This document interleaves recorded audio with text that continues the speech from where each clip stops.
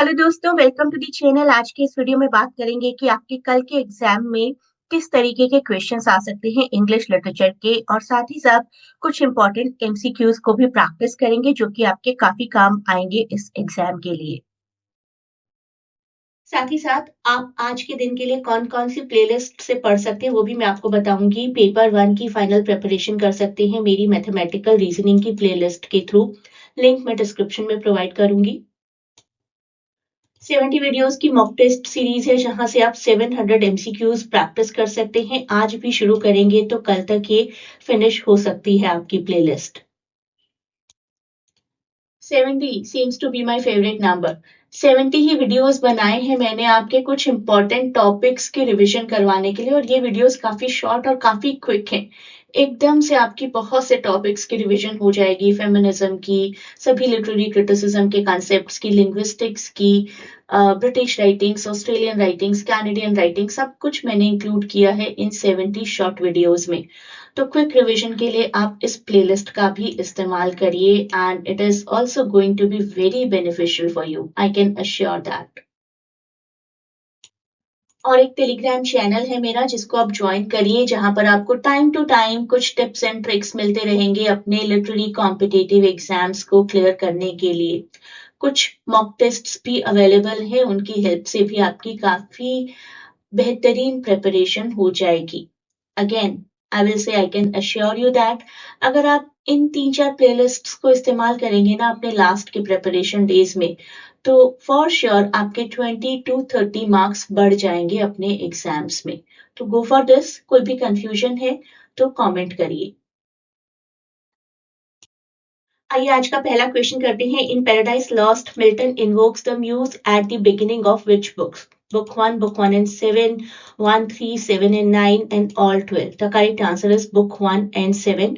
Book 7 opens with a prologue to Urania, who in classical mythology was the muse of astronomy. And Book 1 of Paradise Lost begins with a prologue in which Milton performs the traditional epic task of invoking the muse and stating his purpose. वो classical muse Urania को ही invoke करते हैं, लेकिन refers to her as heavenly muse. तो Paradise Lost book 1 and Paradise Lost book 7 the right answer. मेरी mock test series आपके बहुत ही काम आएगी, सभी तरीके के क्वेश्चंस है वहां पर। नेक्स्ट क्वेश्चन देखिए, which novel subtitled a romance by the author? And the correct answer is option A, Scarlet Letter। Scarlet Letter जो कि 1850 का वर्क है by Nathaniel Hawthorne। Who translated Rubaiyat of Umar Khayyam ji into English? And the correct answer is option A, Edward Fitzgerald। Rubaiyat of Omar Khayyam 1859 translation है from Persian to English by Edward Fitzgerald of a selection of quatrains attributed to Omar Khayyam जो कि 1048 से लेकर 1131 तक जिए थे, और उनको एस्ट्रोनॉमर पोएट ऑफ पर्शिया भी बोला जाता है। 1859 का ये ट्रांसलेटेड वर्क है। 1859 a very important year in the history of literature। Next question, which of the following works was not written by Thomas Hardy? Dynasts, Return of the Native, Jude the Obscure, The Way of All Flesh। The Way of All Flesh एक semi autobiographical novel है by Samuel Butler। Samuel Butler's novel that attacks Victorian era hypocrisy। It was published in 1903। कहने के लिए छोटा है ये video, लेकिन मैंने इस तरीके से क्वेश्चंस अरेंज किए हैं कि आपकी मल्टीपल नॉलेज इंक्रीज होगी। क्रोनोलॉजिकल ऑर्डर में अरेंज करने हमें ये works: Paradise Lost, Faerie Queene, Areopagitica and Pilgrim's Progress. Faerie Queene was published in 1590। इसका एक सेकेंड एडिशन भी आया था 1596 में, लेकिन हम 1590 ईयर लेकर चलेंगे। Then it was Areopagitica which was published in 1644, and then it was Paradise Lost 1667, and then it was Pilgrim's Progress Part 1 जिसका 1678 में आया था। बाद में 1684 में भी एक पार्ट आया था, लेकिन अभी हम 1678 के साथ जाएंगे। तो सबसे पहले फेरी क्वीन यानी कि ऑप्शन 2 तो इन दो में से एक रहेगा। उसके बाद हमारा एरिपेजिटिका यानी कि ऑप्शन 3 तो दिस ऑप्शन। और उसके बाद हम एक बार क्रॉस चेक कर लेते हैं paradise lost and Pilgrim's progress. किसी भी तरीके से थोड़ा एलिमिनेशन करके थोड़े 2-3 लॉजिक लगाकर आपको इस तरीके के क्वेश्चंस अपीयर करके जरूर आने हैं। नेगेटिव मार्किंग नहीं है। बिना डर के अपीयर करिए, लेकिन बिना डर के अपीयर करने का ये मतलब नहीं है कि कुछ भी क्लिक कराए। लॉजिक लगाकर क्लिक करें अपना आंसर। नेक्स्ट क्वेश्चन देखिए, who wrote a bend in the river? And the correct answer is option B, V S Naipaul. Bend in the year V S Naipaul ji का 1979 का वर्क है। He won the Nobel prize also. Can somebody tell me in comment which year? Next question. Laszlo Krasznahorkai. He was awarded 2025 Nobel Prize in Literature for his visionary works, including Satan Tango. Which country does he belong to? This is a different question. He is from Hungary. Very renowned for his visionary works that explore many themes and power of art in turbulent times. 1985 का debut novel है उनका Satan Tango is and it is considered a literary sensation in Hungary. और बाद में उसको 7 Hours की एक movie की फॉर्म में भी अडॉप्ट किया गया था। Next question. Who won the Sahitya Academy Award 2022 for English Literature for All the Lives We Never Lived? And the correct answer is Anuradha Roy. All the Lives We Never Lived, novel by Anuradha Roy, जो कि publish हुआ था to be precise 14 मई 2018 को, और इसको award मिला था 2022 में। Next question. Which Indian author won the 2025 International Booker Prize for the collection Heart Lamp? And the right answer is Banu Mushtaq ji. The Indian author Banu Mushtaq, उन्हें मिला है 2025 का international Booker prize along with Deepa Bhasthi. Deepa Bhasthi जिन्होंने translate किया है इस work को। और ये हार्ट लैम्प हमारा ओरिजिनली लिखा गया कन्नड़ा लैंग्वेज में, ये भी आप याद रख लीजिए। Next question is about Bhanu Athaiya.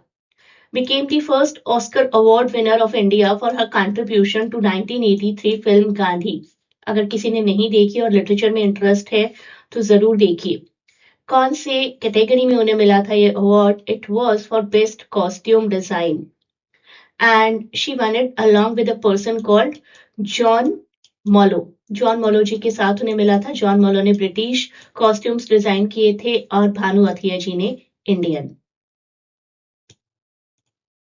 In MLA 9th edition, in-text citation for a work by one author uses which kind of format? Author year page, author page simply, author colon page number or author dash year? The correct answer is option 2, author and page number simply, and that too आप देख लीजिए, one author है तो हम simply इस तरीके से लिखेंगे, दो authors हैं तो दोनों का नाम और पेज नंबर, और एक 3 से ज्यादा ऑथर है तो फर्स्ट का नाम और उसके बाद L and then page number. Next question. Which of the following items must appear on a works cited entry? Publisher and DOI, publication date and page count, title of source and title of container, author's middle name. The correct answer is option C, title of source and title of container. Author रहते हैं यहाँ पर, title of source, title of container, other contributors, version, number, publisher and publication date. इसी तरीके का format रहता है। अभी हम डिटेल में नहीं कर रहे हैं। Very soon I take MLA classes online through YouTube videos. Next question में हमें मैच करना है कुछ राइटर्स को उनकी नेशनैलिटी के साथ। Charles बॉडलेयर, Henrik Heine, Sylvia Plath, and Jose Marti. Charles Baudelaire is a French poet and critic. Henrik Heine is German. Sylvia Plath is English-American English, we can say. Jose Marti is Spanish. तो हमारा option बिल्कुल direct match कर रहा है, A1, B2, C3 and D4. Next question. Which two of the following are works by Gustav Flaubert? And the correct answer is option A and D. Temptation of Saint Anthony and Sentimental Education. These are the two works by Gustav Flaubert. Old Goyrot is by Balzac and Thérèse Requin is by Émile Zola. Next question, Political Unconscious was written by whom? And the correct answer is Frederick Jameson. Political Unconscious, Narrative as a Socially Symbolic Act, 1981 की एक book है by Marxist theorist Fredric Jameson. और इस book में उनका बहुत ही important एक मोटो है जिसके साथ बुक की शुरुआत होती है, always हिस्टोरिसाइज। This motto basically is urging the readers to understand cultural texts and phenomena and history by situating them within their specific historical context to, reveal underlying any kind of social, any kind of political, any kind of ideological forces. सिर्फ एक timeless element की तरह read नहीं करना है किसी भी historical text को। You have to put your feet there to understand it. तो ऑलवेज हिस्टोरिसाइज। ये भी आ सकता है आपको क्वेश्चन की ये फ्रेज किसने दिया था और कौन सी बुक में दिया था।